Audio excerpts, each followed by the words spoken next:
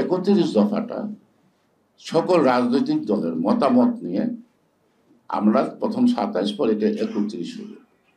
এটার মধ্য দিয়েই তো আমরা ঐক্যবদ্ধ হয়েছি সংস্কার করার জন্য, নাকি? এবং তারপরেই আমরা এই আন্দোলনটা করছি। মাঝপথে ছাত্ররা আসছে, আন্দোলন হয়েছে, সংস্কারের প্রতিশ্রুতি দিয়েই তো আমরা 22 সাল থেকে রাস্তায় আমরা যোগপথে আসলাম। কারণ অমুকটা থাকলে আমরা থাকবো না, অমুক থাকলে আমরা থাকবো না। তা আমরা একটা কৌশলগত দিক দিলাম, কারো লগেই নেই, সবার লগে আছি, অর্থাৎ যুগপথ। একসঙ্গে কর্মসূচি দেব, আমরা যার যার মতো পালন করব। নিশ্চয়ই কথাগুলো আপনার মনে আছে। এবং অনেকে পরোক্ষ বলছে এই কারণে যে অনেক সময় আমাদের মতামতের, তাদের দৃষ্টিভঙ্গি থেকে যে বিবৃতিগুলি আছে সেগুলি আমাদের বিপক্ষে যায়। সেটা তো একটা মত, এটার মধ্যে দিয়ে একটা ঐক্যমত। তাহলে 31টি সংস্কার প্রস্তাবের মধ্য দিয়ে বৃহত্তম রাজনৈতিক দলগুলি তার সংখ্যা 50-এর উপর আমরা যখন একমত পোষণ করলাম, তা আপনারা এত বড় বড় বিজ্ঞ লোক আনা দরকার কি পরীক্ষার খাতা দেখার জন্য? 5 জনকে বসায় দেন না। 31 দফা সংস্কার প্রস্তাব কোনটা পছন্দ হয় কাটেন, আর কোনটা সংযোজন করতে হয় করেন।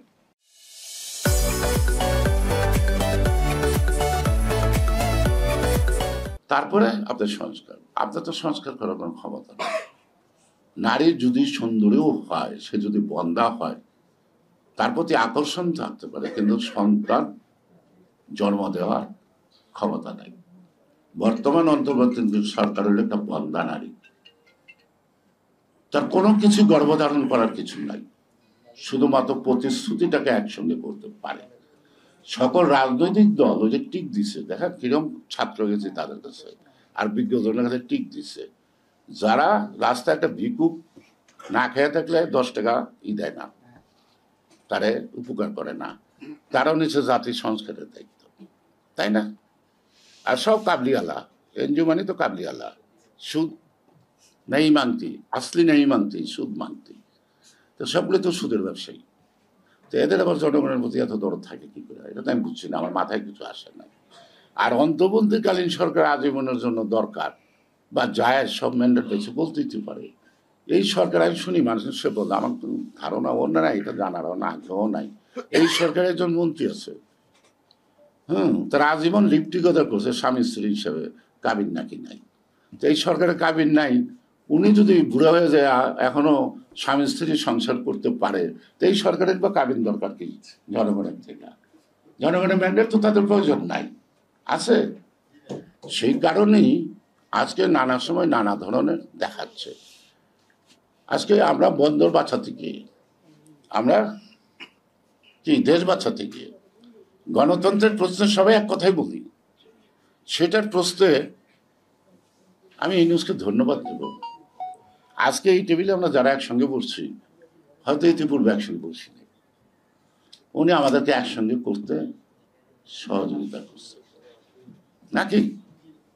আরেকটা জিনিস করছে, আমার ডাইনাবামে যারা আছে তাদেরটা এক ধরনের থাকে স্বাভাবিক, যাদের আদর্শের প্রতি, সেই কারণে আমাদেরকে ওই কাতারে ফেলতে চাইছিলেন যে আমরা পূর্ণ মৌলবাদীদের আশ্রয়দাতা, প্রশ্রয়দাতা।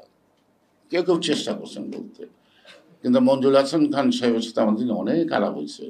উনি একদিনকে বললো, আমাদের লোকদের বুঝাইতেই পারি না, বিএনপি একটা ন্যাশনালিস্ট পার্টি, ওগুর সাথে ওগুলো ট্যাগ করো, তাদেরকে ভারতে দাও তাদের মতো করে। অনেকবার আলাপ হয়েছে। তা আমরা একটা ন্যাশনালিস্ট পার্টি, আমরাও দেখতেছি এখন জাতীয়তাবাদী শক্তির সাথে যারা, অর্থাৎ social economy or the capital economy, এটি তো দ্বন্দ্ব এই বাম ডানে, আর এর বেশি কিছু তো না। এখন আরেকটা ন্যাশনালিস্ট পার্টির কাছে মৌলবাদী যেমন, যারা প্রগতিশীল বাম রাজনীতি করেন, মৌলবাদী তারা তেমনই, একই চারা। এইটা ডক্টর ইউনূস সাহেব ডিভাইড করে দিয়েছে, মৌলবাদীদের একখানে করে ফেলছে ক্ষমতায় থাকার জন্য। আর এই পৃথিবীতে যেই শক্তিকে সন্তুষ্ট করতে চান, সারা পৃথিবীতে মৌলবাদের জন্মদাতা, মদতদাতার ওই দেশটা। তারা লাদেনের জন্মদাতা, আবার তারাই লাদেনের কি শেষ করা। তো সেই কারণে আজকে আমাদের নতুন সংকট বলতে আমরা যেটা বুঝাই, এটা আমি সংকট মনে করি না। কারণ আমাদের কণ্ঠের সাথে আরেকজনের কণ্ঠের যখন অমিল নাই, আমাদের সুর তাল লয় কথা যখন এক, আমাদের দমাবে এই শক্তি কার? কে শক্তি? কার শক্তি আছে? তো কার শক্তি আছে? ভাবছিলেন নাইদ এটা বলে, আর ইউটিউবরা বলছে আমরা আসতেছি।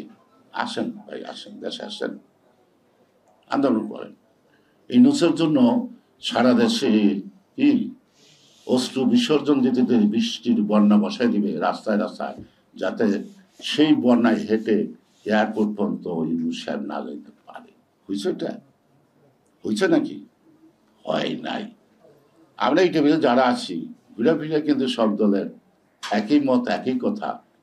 আমরা যদি বলি কালকে রাস্তায় নামবো, তাহলে আমার মনে হয় ইউনুস সাহেব 24 ঘন্টা থাকতে পারবে না। তাহলে ভবিষ্যৎ কি হবে? এই বিবেচনায় আমরা এই জায়গায় সমাপ্ত করতে চাই। আমরা চাই ডক্টর ইউনূসই সফল হোক। ডক্টর ইউনূসের সফল মানেই তো আমাদের জুলাই 24 কি জুলাই আর আগস্টের আন্দোলনের একটা সফলতা। আর আজকে যারা নাকি জুলাই 24 থেকে এই 11 দিনের আন্দোলনে মুকুট চায়, তাদেরকে মুকুট অনেক আগেই জাতি দিয়ে দিছে, আমরাও দিয়ে দিচ্ছি। আজকে আমরাও আন্দোলন করছি, আমরাও মুক্তিযুদ্ধ করছি। মুক্তিযুদ্ধের পরে আমি মন্ত্রী হওয়ার আগ পর্যন্ত সচিবালয়ে ঢুকি নাই, চিনি না। তো ওনারা তো ডেলি ডেলি সচিবালয়ে যায় কেন? ওনারা কেন তো ডেলি ডেলি ডিসি অফিসে যায় কেন? এসপিরে ধমকায় কেন? তারা টিএন অফিসে বসে থাকে কেন? তারা ওসির টেবিলে বসে থাকে কেন? আজকে যে জাতি তাদেরকে মাথায় তুলছে, সেই মাথার থেকে পড়ে যদি জাতির পায়ের তলে পড়ে যায়, এটার জন্য কি জাতি দায়ী? দায়ী? আজকেও বলে যাচ্ছি, গণতন্ত্র জনগণের মৌলিক অধিকার, জনগণের মালিকানা, ভোটাধিকার নির্বিঘ্নে প্রতিষ্ঠিত করা দিনটি না দেখে ঈশ্বর যেন আমাদেরকে চিন্তায় না তোলে।